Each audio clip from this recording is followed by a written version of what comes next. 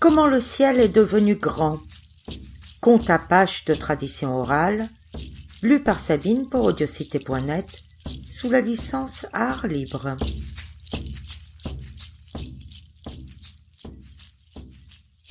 C'était il y a longtemps, lorsque les hommes avaient un gros problème. Le ciel était trop bas.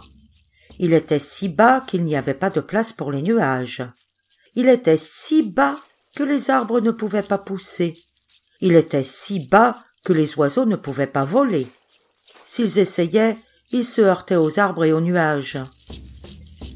Mais ce qui était plus pénible encore, c'était que les hommes adultes ne pouvaient pas se tenir debout, bien droits comme leur corps le leur demandait.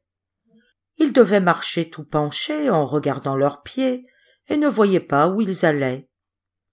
Les enfants ne connaissaient pas ce problème. Ils étaient petits. Ils pouvaient se lever aussi droit qu'ils le souhaitaient.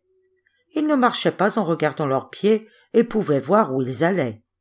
Ils savaient par contre qu'un jour ils deviendraient des adultes et qu'ils devraient marcher tout penchés en regardant leurs pieds, à moins que quelque chose ne se passe. Un soir, tous les enfants se sont réunis et ils ont décidé de relever le ciel. Les quelques adultes qui les écoutaient riaient sous cape. Mais soudain, ils ont vu les enfants lever de longs poteaux vers le ciel. 1, 2, 3, 4, un cri énorme retentit. Mais rien ne se passe. Le ciel reste comme il a toujours été. Les arbres ne peuvent toujours pas grandir. Les oiseaux ne peuvent toujours pas voler.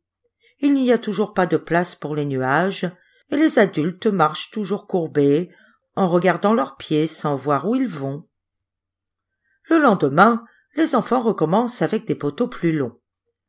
1, 2, 3, 4, un cri énorme retentit. Mais rien ne se passe. Le soir suivant, les enfants, qui sont persévérants, essayent encore. Ils prennent des poteaux encore plus longs.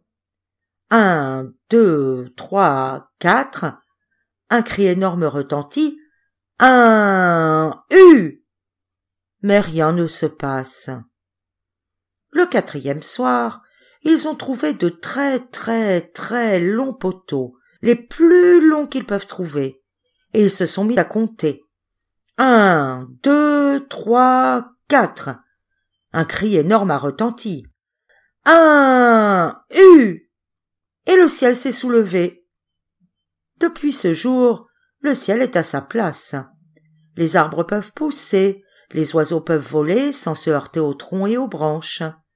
Les nuages ont de la place pour aller et venir, et les hommes peuvent se tenir droit en regardant le ciel. Mais le plus extraordinaire, c'est que lorsque le soleil s'est couché la nuit suivante et qu'il a commencé à faire sombre, le ciel, troué par les poteaux des enfants, s'est mis à scintiller. Dans chaque trou il y avait une étoile. La prochaine fois que vous regarderez le ciel, vous saurez que c'est grâce aux enfants que vous pouvez admirer un tel spectacle. Vous repenserez à cette histoire, et vous saurez que c'était vrai.